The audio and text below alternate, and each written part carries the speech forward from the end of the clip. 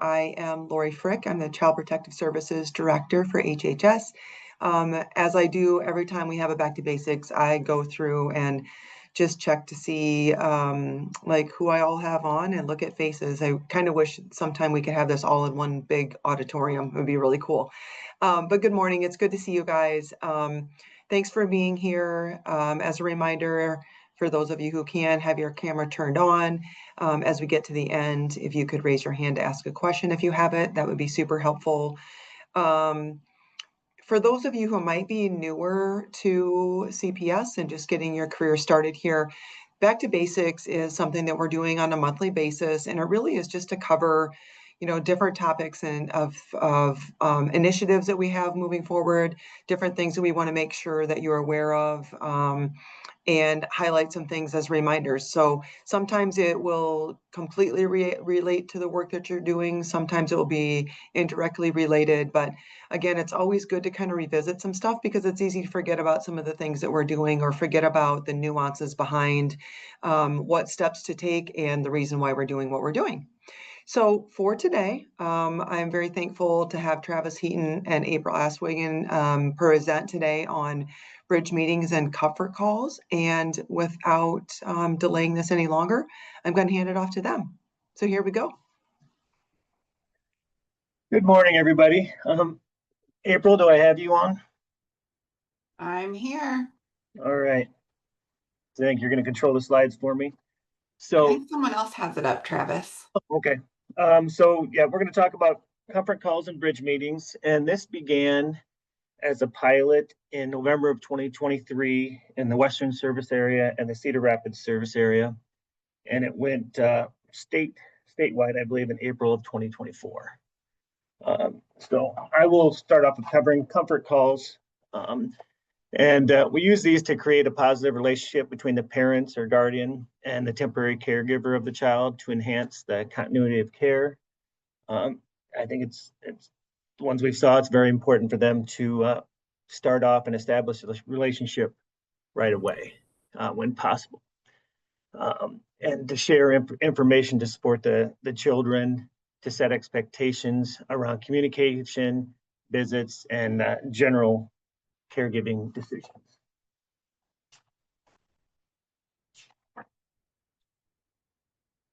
So it's in the calls between the birth parent and the foster parent to establish that relationship, to hopefully, have them begin their communication so they can be open and honest. And, what we found sometimes, and when it works really well, is then instead of calling maybe their social worker too all the time and for them to relay messages back and forth, they're just able to communicate with each other. And so this comfort call is also set the norms around communication and collaboration.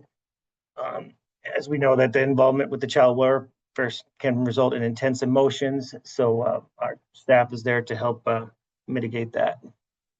And always the focus is on reunification. The comfort call is the call. It's just between a child and a licensed foster home and their birth parent. It's to happen within 24 hours of placement.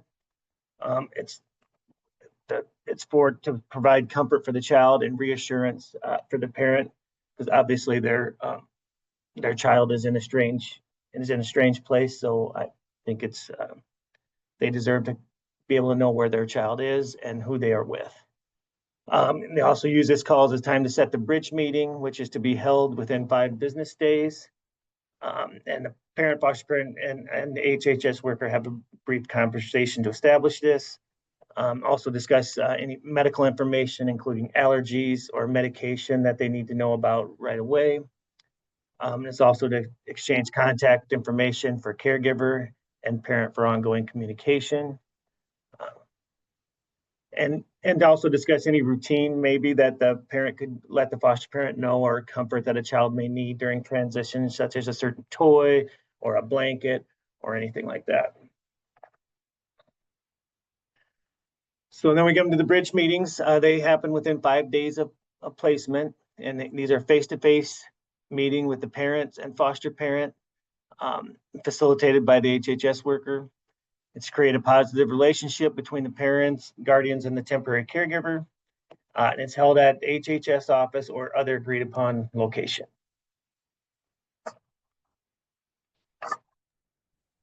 All right, and I'll take it from here.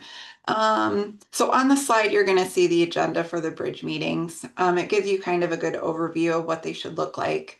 We'll go through each one of them a little bit separately and go more in depth. So the worker will be the facilitator for the meetings.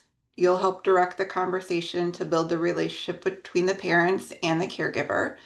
You'll want to start the meeting with introductions, clarify each person's role in the meeting, and talk about the goals and purpose of the meeting.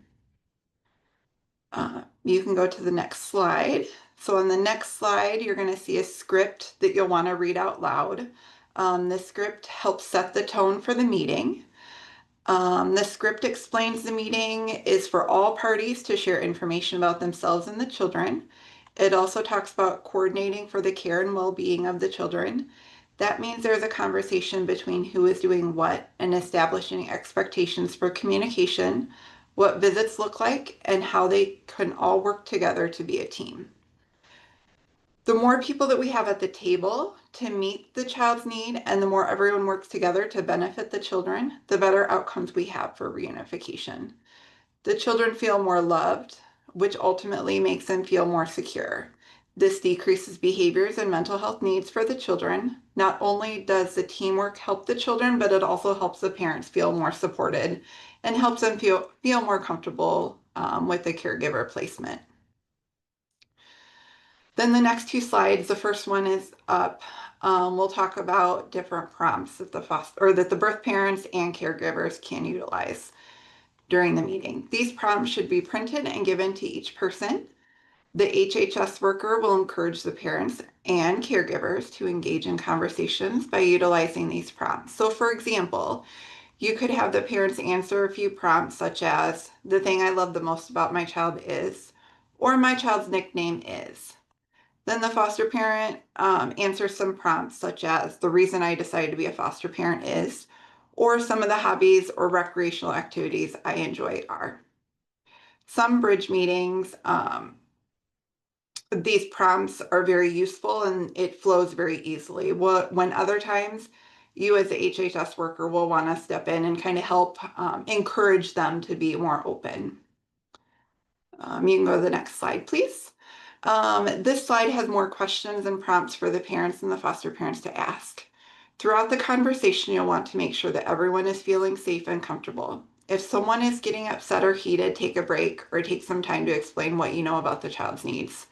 Then facilitate how each person can help make those needs get met. A good example is if the foster parent has told you as an HHS worker about the child getting up about 20 times at bed or asking for water multiple times. You could bring that situation up and ask the foster parent to explain it and ask for the parent's help in finding a solution. Then once this discussed, you could also bring up something else that the parents have brought to your attention and have a conversation around that. The important thing is to make everyone feel heard and make everyone feel welcome in speaking up and giving their perspective. Next slide, please. The facilitator will wrap up the meeting by making sure the hot topics or areas of concern are addressed. You want everyone to walk away from the meeting feeling like they have a good plan for the children's needs.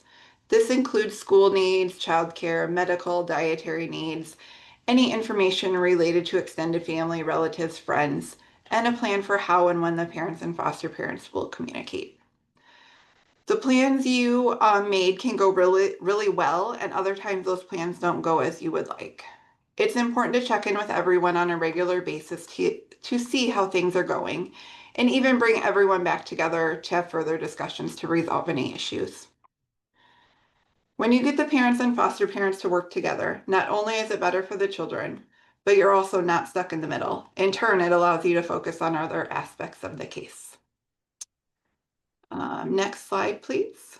And I think the next slide is going to say questions. So before we get to questions, Diane, I think you're on today. I think at least I saw you were on. Yes. Do you want to pop up and talk about what you guys are doing in the Western service area to kind of track this, and then what you're getting from the tracking? Okay. We do track the information that we started tracking during the pilot project, which is kind of looking at data placement. Did the comfort call happen? Did it happen within the 24 hours? Bridge meeting, did that happen? Did it happen within the 5 business days from the removal date? Then I also look at what type of meeting was happening. Are we doing phone calls? Are we doing team meetings or some type of virtual meeting? Or are we doing it in person? If there is a reason that the call it happened by phone, I do ask to track for our service area administrators to review why did it happen by phone. Is, sometimes mom is in treatment. That's how we were able to handle that situation to get the call or the meeting or the call done. One of the other things I just started tracking is occasionally these meetings will get set up and the parents are a no-show.